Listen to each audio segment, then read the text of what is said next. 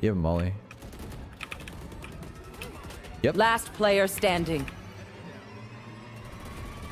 My name's Jollz. I'm a Radiant player. If you're enjoying this type of content, be sure to like, subscribe, and hit the bell icon. If you're interested in coaching yourself or want a chance to win free coaching, be sure to watch the end of the video for details. Other than that, enjoy the video. Hello? Hello, how are you doing today? Good. How are you?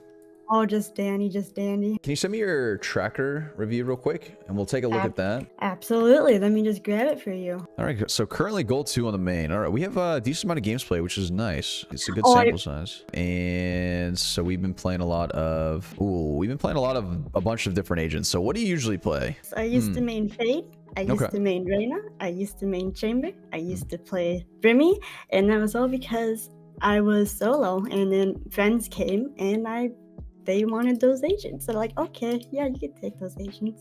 I see. And now you're kind of left filling, right? Yeah, now I'm left feeling, even when I solo too. Okay.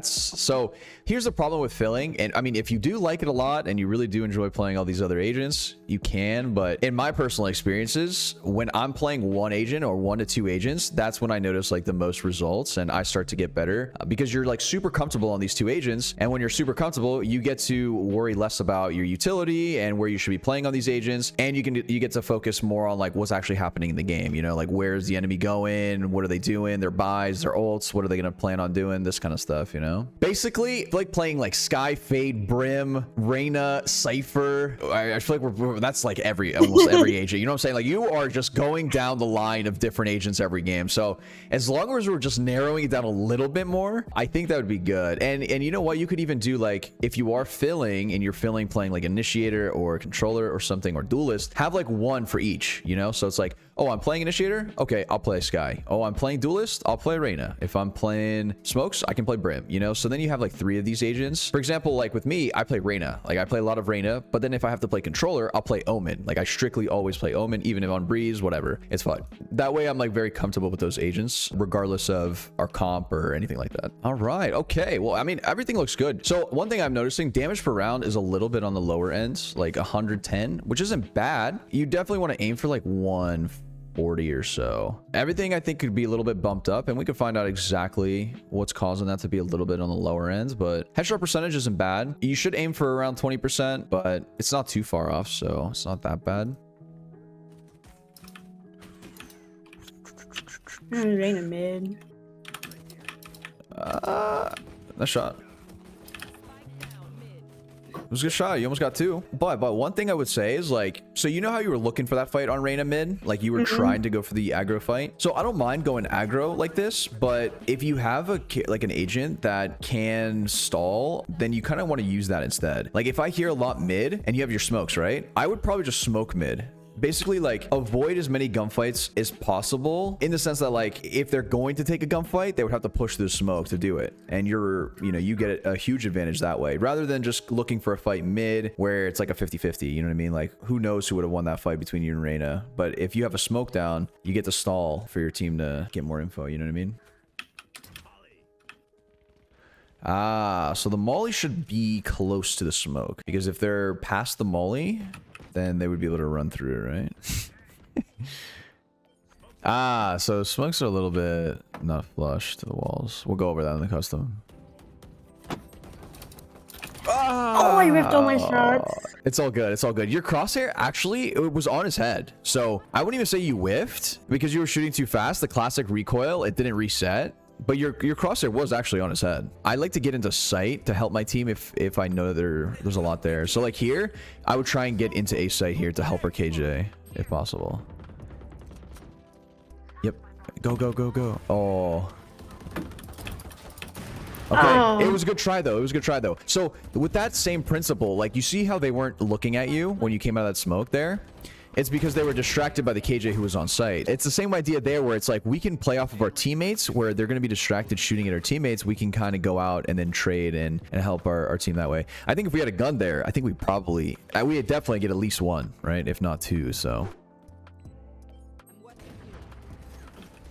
Yeah, so I think the main issue is like our smokes. Our smokes. Oh, let's try. Oh, he was watching it. So I think that's too deep. Short one. Oh, it was a good try. It was good peeks, actually. Those peeks were good.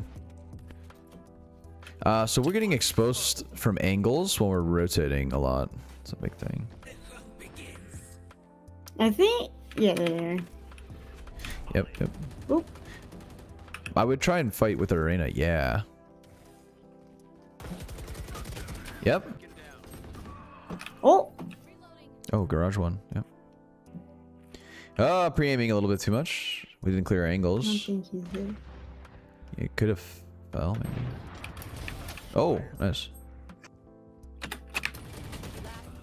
Oh, nice try. Yeah, so I think gun control is definitely something where it's like, I think we can either we're like committing to too many gunfights, and on top of that, our spray control could be a little bit better. But it used to happen to me a lot where it's like I would spray and like all my bullets would just fly around everywhere. And I'm like, oh my god, that's so bad.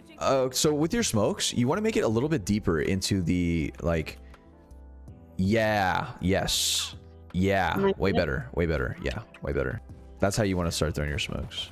Also, we want to be throwing our smokes. Oh, I shouldn't have waited. Yeah, I waited until we had a little bit more control of C, but it's all good. Yeah, could work.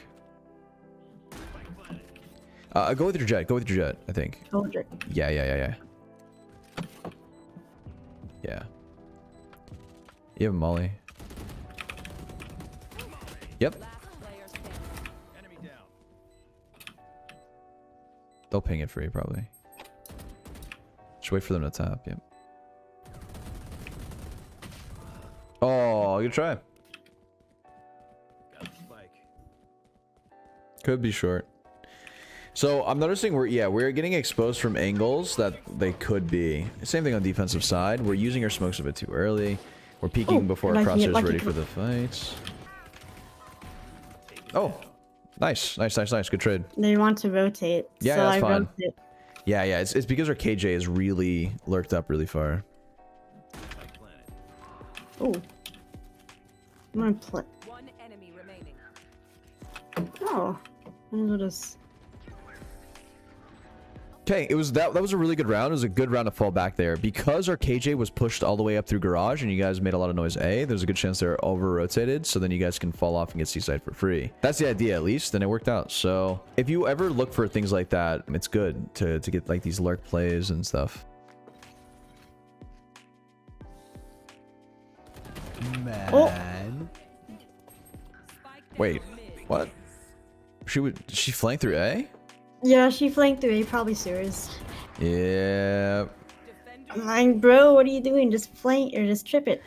That's usually tough. So in that situation too, it's like, so you know how you were just waiting there to smoke because you were like unsure if your teammate wanted to go B or not. In that situation, if you don't know right away, it's better to just hold for something. You know what I mean? Like have your gun out and maybe watch flank. We want to make sure that we're not like just sitting on our iPad, you know, and we're like super vulnerable. But all right, let me share my screen. Let me go over some stuff that will definitely help you out. So the biggest things that I noticed, like utility usage sometimes, like I noticed that our smokes are like our biggest thing. So with your smokes, you usually smoke like this, right? So you'd smoke like this. Do you have an idea why this wouldn't be a good smoke? Not too sure. Okay. So this smoke compared to this one. So let's wait for this one to drop. And now let's do this one. Okay. Now, do you see the difference? Oh yeah, they can't peek out. They can't like push out easier. Absolutely right. So with this smoke here, you have only one direction to go, which is this front direction, you know what I mean? But with a smoke like this that we normally throw, you see the problem now? Yep, I see the problem now. You see like all the directions that they can come from? Yep. So that's the issue with throwing our smokes a little bit too shallow. The idea is good because you do want to smoke off the choke point, absolutely, but you also don't want to give them too much space. This is what's called giving them a lot of space to work with, because when I see a smoke like this and I'm on attack side, in my mind I'm like, okay, I can easily peek here and just like isolate 1v1s after that, you know what I mean? Just make sure that they're flush with the choke point. So like this is the choke point from here to here. You want to make sure that the smoke is flush with this. Like you want the outskirts of the smoke to be right here at the end, and that goes for every place, right? Like so a smoke like this, right? This is a good one, maybe a little bit more shallow because I guess some might argue you can peek out like this, but the idea is there. Another thing that I want to talk about with our utility and specifically our smokes is timings when we should be smoking. So defensive side, our smokes were okay, right? Like if you hear any noise A, you know, you were quick to just throw the smokes. Again, we would throw something like this and then like this, but if we just do this when we hear a couple sound, it's fine, it's good. And then if they continue to push, we want to make sure that we're going in there and helping our team. Now with our mollies, what did I mean about it being too deep? Well, let's throw the molly that we normally throw sometimes. Now the problem with this molly is like if I'm already past this area or I'm in the smoke, I get to just push out for free and I don't get penalized from that molly that you just threw. But if you throw a molly that lands like literally like right here, it's like if they're going to want to push through, they're going to be fighting on my molly. You know what I mean? Like imagine you throw a smoke like this and then you throw a molly like this. Now it's like, all right, listen, if they're going to push, I'm going to hold it like this. And if they're going to fight, they're going to have to either run and gun me or they're going to fight on my molly and they're going to get cooked. So we're putting a lot of pressure on them with these mollies. The idea with the molly isn't to do damage to them. It's to stall them and slow them down because no one is going to sit in a molly. And if it lands right on top of them, at most you do like 10 damage, right? So the idea of a molly is to slow them down, not necessarily to do damage or to stall them for rotations. Another thing too with our ultimate. So our ultimate is very important. Obviously, it gets a lot of value out of it. And whenever you have your ultimate, if your team is buying guns like Vandals full armor, the enemy team has guns as well, Vandal full armor, you're gonna ult. You're gonna find a way to ult this round because you need every round that you can get, and it's very important on a gun round. Why? Well, because if let's say I didn't ult this round and I died and we bought though, so next round we have to save because we're broke. And now you're saving and you have your ult still. Okay, you're still sitting on your ult because you had it from the round before because you didn't use it. And now it's like you're not going to use it on a save round, so you can't use it that round either, and then you have to use it the next one. So basically it's like 2 rounds you're sitting on your ult. And now why is this bad? Well, because you could be farming for your next one. You could be getting an orb. You could, let's say the next round, let's say you use it this round and I end up dying and we lose this round. Next round I'm going to save. I'm like, okay, well now I can actually farm some orbs. Let's say you go C, you take this orb, you get into sight and you kill one with the classic or something and you plant the bomb just like that, and then you die after they retake because you guys are saving. There's a good chance you guys aren't going to win this. That is 4 ult orbs that you would have missed out on if you didn't ult, right? So that's the importance of basically trying to use it on gun rounds. It's very important to just try and get everything you can, do everything you can to win the rounds where you're buying. So then the save rounds you can use as like a time to just start to recharge, I guess, like your ult and farm for stuff. Sometimes I'm noticing when we're rotating, like you want to rotate to A, you're going from C to A and you rotate like this, or you're like iPad out like this. Why would this be bad, do you think? Because of the like B window and just like the mid-court yard and everything. All of this area, yeah, absolutely. You're absolutely right. Like we're fully exposed from someone here. So anytime you're rotating, it should be like this. I'm rotating, looking at mid. I can come out and do the smokes now. Boom, boom. And then back to, okay, well, what if they're mid? What if they're mid? What if they're mid? What if they're mid? They're not mid. Okay, we're good. We're good. Now we rotate. You know what I mean? You should always do this. Anytime you're rotating from somewhere, instead of looking at nothing, because if you're rotating to A, your teammates here and here, no one is going to be here. No one will be at this corner. The better chance is that they're going to be here in mid. So your crosshair should always just be ready for what ifs. So sometimes what I'm noticing, like when we're peeking angles, we do 2 things. One, we're peeking before our crosshair is ready for the angle. Like we'll do this and then we do it again. And then like out of a habit, like sometimes when you're ready for it, you do peek well and it's really good. So it's not always, but sometimes I do notice, like maybe we're looking at the mini map, I think it was like later in the game, where we would just like peek like this and then our crosshair would just go afterwards after we peek. So instead of doing this where we react with our crosshair after we peek the angle, we should just be peeking with the crosshair already at the angle, so we're ready for this fight if they are there. And let me just show you some gun control stuff that'll help, because I think gun control also is another big thing that we could probably do better on. I think we could win a lot more gunfights. Yeah, I've been losing a lot of gunfights. Like, it's my gun control. Yeah.